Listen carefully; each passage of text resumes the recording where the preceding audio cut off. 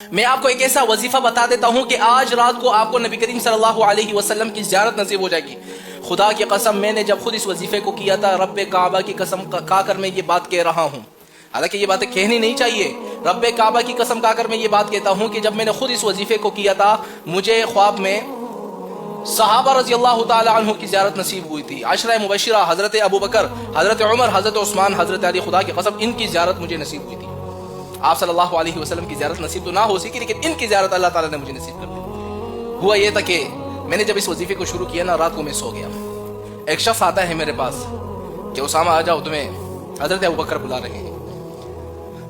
میں گیا، میں نے جب دیکھا کہ سامنے حضرت ابو بکر، حضرت عمر، حضرت عثمان، حضرت علی اور اس کے علاوہ 6 صحابہ اور بیٹھے ہوئے ہیں.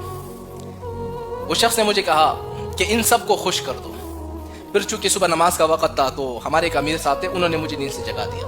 حالانکہ آپ اندازہ لگائیں مجھے عشرہ مبشرہ کی زیارت نصیب ہوئی تھی اس وظیفے کی وجہ سے. اب جو بندہ یہ چاہتا ہے کہ خواب میں مجھے نبی کریم صلی اللہ علیہ وسلم کی زیارت نصیب ہو جائے، اس وظیفے کو شروع کر دو. آپ کو خدا کی قسم نبی کریم صلی اللہ علیہ وسلم کی زیارت نصیب ہوگی، اور آج کے دن ہی ہوگی، کیونکہ آج جمعرات ہے. جب آپ گھر چلے جائیں گے، آج جمعرات کا دن ہے نا، تو عشاء کی نماز کے بعد یہ عمل کر دو، انشاءاللہ ہو سکتا ہے کہ آج رات ہی آپ کو نبی کریم صلی اللہ علیہ وسلم کی زیارت نصیب ہو جائے. کیونکہ جمعے کی رات کو اس وظیفے کو کرنا ہوتا ہے. جمعے کی رات کو آپ نے کرنا کیا ہے، 2 رکعت نماز نفل پڑھنی ہے. عشاء کی نماز کے بعد سونے سے پہلے 2 رکعت نماز نفل کی نیت کر دی. سبحانک اللہم و بحمدک و تبارک اسمک و تعالی جدک و لا الہ غیرک کتنا پڑھا. پھر سورہ فاتحہ پڑھنا ہے. سورہ فاتحہ پڑھنے کے بعد 11 مرتبہ آیت الکرسی، 11 مرتبہ سورہ اخلاص پڑھنا ہے. پھر رکوع میں جانا ہے، سجدے میں جانا ہے، پھر دوسری رکعت کے لیے کھڑا ہونا ہے.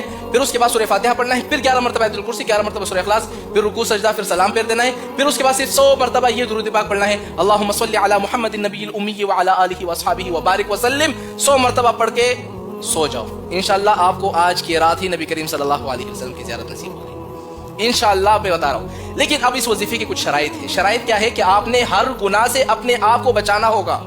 آپ نے جب اس وظیفے کو شروع کیا، اور یہ وظیفہ ہر جمعے کی رات کو پڑھنا ہے بس، اور اس کے علاوہ نہیں. یعنی آج جمعرات ہے نا، آج رات کو آپ نے پڑھ لینا ہے، پھر اگلے جمعرات جب آئے گا نا، عشاء کی نماز کے بعد پڑھنا ہے. یعنی ہر جمعے کی رات کو پڑھنا ہے، اس کے علاوہ نہیں پڑھنا.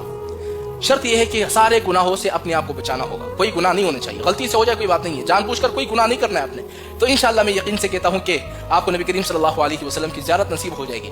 دوسری بات میں یہ کہتا ہوں کہ یہ پیغام لوگوں تک بھی پہنچاؤ. ہو سکتا ہے کہ آپ کے دوسرے لوگوں تک، دوسرے دوستوں تک پہنچانے سے کسی کو نبی کریم صلی اللہ علیہ وسلم کی اگر زیارت نصیب ہو گئی نا، وہ بندہ پھر آپ کو دعا کرے گا کہ یار اس بندے نے میرے کو یہ ویڈیو بھیجی تھی اور میں نے جو ہے آج نبی کریم صلی اللہ علیہ وسلم کی زیارت نصیب کی. تو دوسروں کو بھی یہ پیغام پہنچاؤ تاکہ ان کو بھی نبی کریم صلی اللہ علیہ وسلم کی زیارت نصیب ہو جائے.